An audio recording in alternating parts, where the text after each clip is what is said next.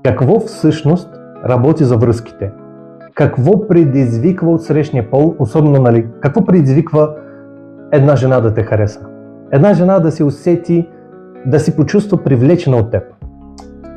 Първо е социалният ти статут. Има си такова нещо като хипергамия и като цяло даже и мъжете са привлечени до една степен от това.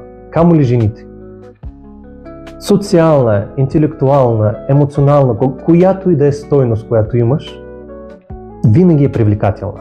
Един мъж без баш никакъв социален статут няма как да очаква, че ще бъде интересен на жените. То ти реално тогава се получава, че ти си на дъното на обществото. Нека бъдем честни.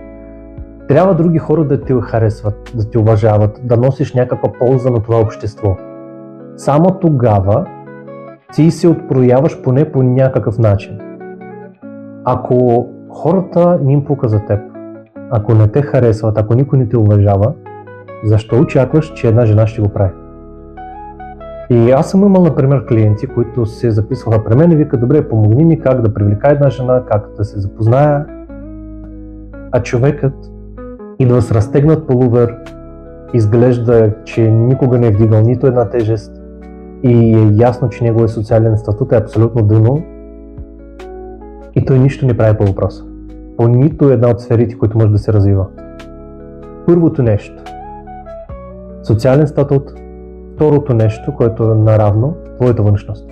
Колкото да ти казва една жена: аз те харесвам заради твоя характер, аз те харесвам, защото ти си много умен, или защото си успешен, или защото можеш да си погрижиш за мене. На първо място е твоята външност, на второто социален образ и чак на третото е това колко добър човек си. Ако тя не те хареса като външно, всичко останало няма значение. Ако тя не види бъдеще с теб, ако нямаш някакви нормални финанси, ако не можеш да й осигуриш спокоен живот, всичко останало почти никога няма значение, когато говорим за сериозна връзка. И чак след това, на трето място, ще е колко добър човек си, колко си хубаво чувство за хумор имаш и така нататък. Тъй като мъжете обикновено получават много по-малко внимание от жените, често срещайки една жена, която му обръща достатъчно внимание, той се вкопчава в нея като в последния си шанс за сериозна връзка. И това всъщност невероятно много я отблъсква. Забавното е, че това се случва даже когато ти реално имаш достатъчно жени или знаеш, че можеш да намериш някоя, но просто нещо в това момиче ти харесва и ти просто проявяваш малко повече емоции, по-позитивен си. И ти не го правиш с цел да я спечелиш, ти просто си изразяваш радост от вашата комуникация. Но жената ще го възприеме като: той май нещо прекалено се радва. Май съм единствена, която му обърнала внимание и той прекалено много се раздава. И това е директно и я отказва от теб. Забавно, нали? Ти не можеш да се радваш прекалено много на вашето общуване, защото това ще изглежда все едно тя е единствена, която ти даде това общуване. Това е. Така че стоицизъм, това да си издържаш емоции, всъщност е много по-привлекателно, отколкото да ги показваш открито, за съжаление. И затова най-привлекателното качество реално е да си самодостатъчен и просто да се развиваш.